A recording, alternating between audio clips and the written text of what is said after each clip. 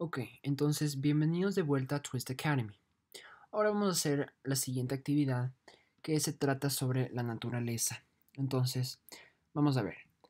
Dice, la naturaleza tiene un equilibrio, pues en ella viven seres inertes, como el agua, el aire o el suelo, y también seres vivos que necesitamos de ellos para sobrevivir. Entonces, seres inertes son que no tienen vida, ¿no? Como el agua, la luz, todo ese tipo de cosas. Son factores o componentes del ecosistema que no tienen vida. Y también tenemos seres vivos, por ejemplo, las plantas que necesitamos de ellos para sobrevivir, las plantas o los árboles. Entonces dice actividades. Primero, lee con atención el siguiente texto. Puedes pedirle ayuda, puedes pedirle apoyo a un miembro de tu familia. Los componentes de un ecosistema.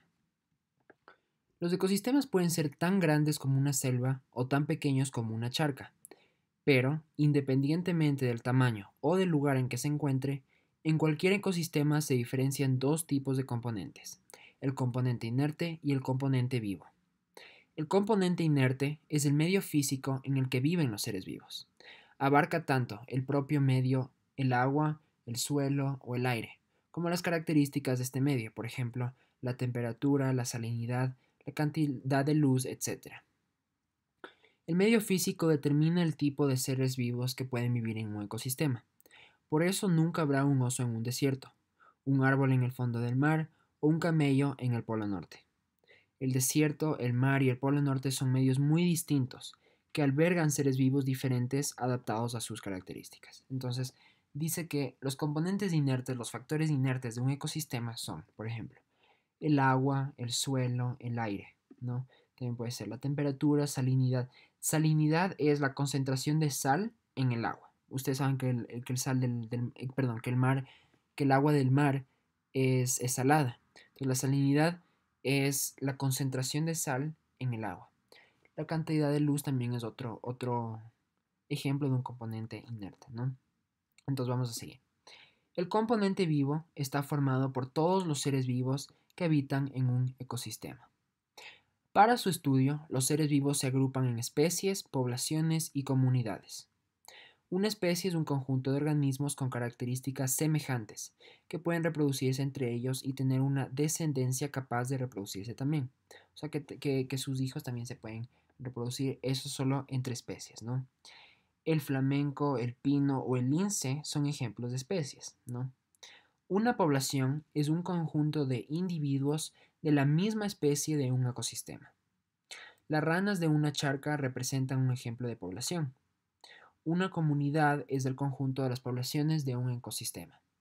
Un ecosistema está formado por el medio físico, las comunidades de los seres vivos que los habitan y las relaciones que se dan entre todos ellos, ¿no? Entonces un ecosistema es no solo los seres vivos, sino también los componentes inertes que vimos acá, ¿no? Entonces dice, recuerda que puedes buscar más información sobre este tema en tus libros de texto de este año o del año pasado. Observa las imágenes. En la columna de la derecha enumera todos los componentes inertes y componentes vivos que puedas encontrar. Entonces, vamos a ver la tabla, dice. Entonces aquí podemos ver la organización, ¿se acuerdan de individuo a población, a comunidad, a ecosistema? Entonces aquí, ¿qué componentes podemos identificar? Primero, a ver, aquí se puede ver los dos, componentes inertes y también componentes vivos. Entonces, por ejemplo, podemos ver el aire, en el cielo hay aire, ¿no? También se puede ver salinidad, puede ser que haya salinidad en ese poco de agua ahí. Y otro tipo de componente inerte puede ser la temperatura, puede ser también la intensidad de la luz que habíamos visto. Y claro, hay bastantes componentes vivos, entonces hay los pájaros, hay las plantas, las flores, los árboles, el césped, todo eso. Entonces vamos a hacer, eso van a poner aquí en componentes, ¿no? Entonces vamos a hacer un ejemplo aquí, vamos a poner. Entonces componentes inertes, del primer ejemplo podemos poner este intensidad de luz, ¿no? Podemos poner también la salinidad en caso de que haya sal en el agua, ¿no? Puede ser que no haya. También puede ser la temperatura, es importante, ¿verdad? La temperatura, también puede ser el aire, todos esos son componentes inertes.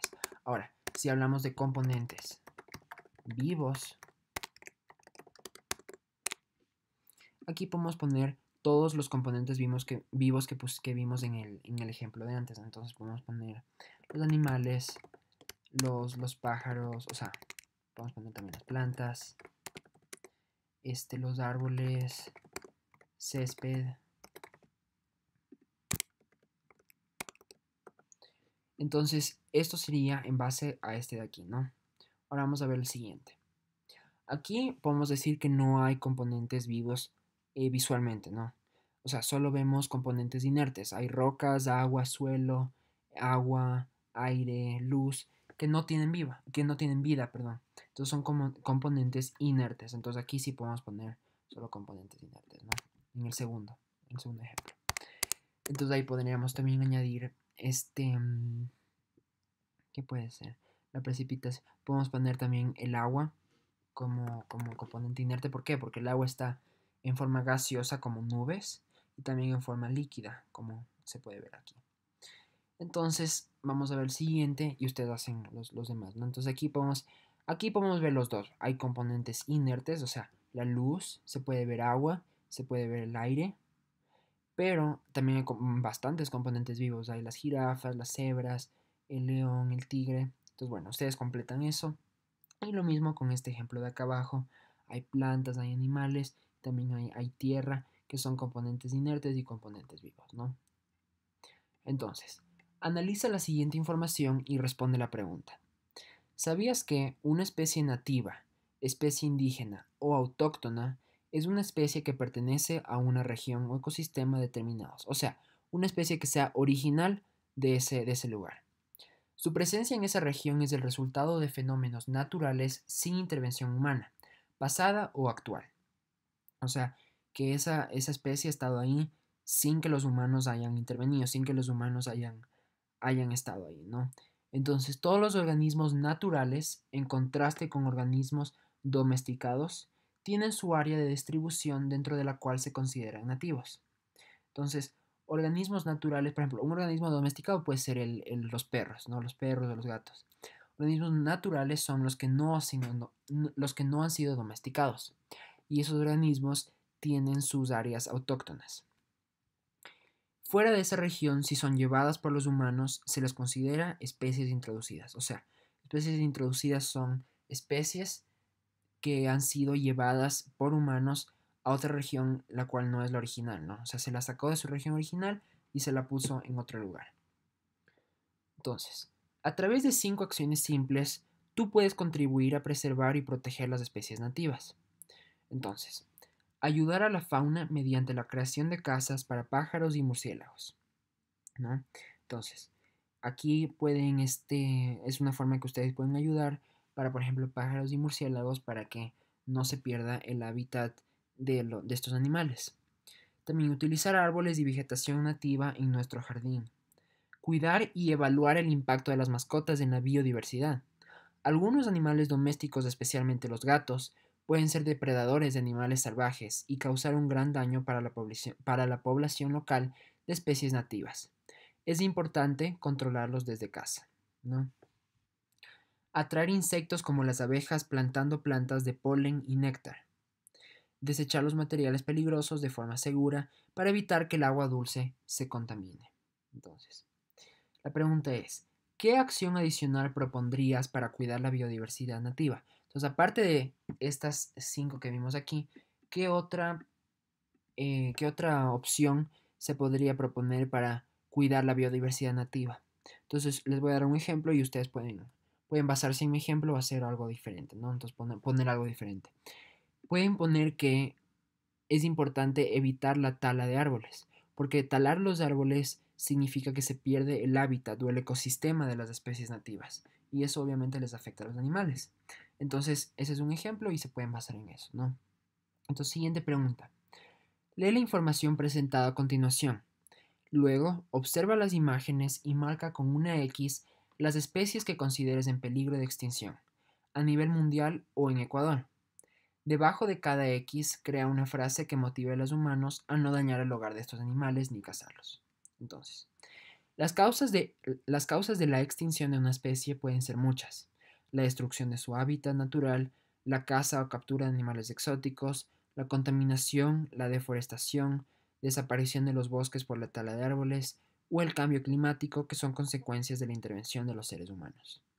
También puede haber extinciones relacionadas con distintos fenómenos naturales, como inundaciones, incendios o de enfermedades. Entonces, vamos a llenar la tabla. Entonces aquí podemos ver un cóndor andino, ¿no? Que se pueden ver aquí en Ecuador. Entonces, hay que poner si es que están en peligro a nivel mundial o en Ecuador, ¿no? Entonces, sabemos que están en peligro en Ecuador, entonces podemos poner una X aquí y también hay que poner la razón porque aquí pedía no, perdón, crea una frase que motive a los humanos a no dañar el hogar de estos animales ni cazarlos. Entonces se puede poner una X y también pongo una oración que motive a proteger a estos animales, ¿no? Porque son muy importantes para nuestra sociedad. Luego vemos el tigre. El tigre sabemos que sí está en peligro de extinción a nivel mundial. Entonces ponemos una X aquí y se pone una frase para motivar a las personas de que cuiden del tigre. Lo mismo con los lobos, lo mismo con el oso polar, y así con todos los animales, ¿no? Entonces, una vez que acaben de hacer eso, dice, ahora puedes elaborar una marioneta de algún animal del Ecuador que esté en peligro de extinción y colocarlo en tu maqueta. Por ejemplo, el cóndor, ¿no? Según el accidente geográfico al que pertenece. Entonces, ¿acuerdan que antes habíamos hecho una maqueta en base a los relieves del terreno? Entonces, en esa maqueta se pueden poner las marionetas de algún animal que ustedes prefieran que esté en peligro de extinción, ¿no? O sea, algún animal que ustedes consideren que esté en peligro de extinción. Y se lo ponen en la maqueta. Entonces, bueno, así concluimos esta actividad del día de hoy. Gracias.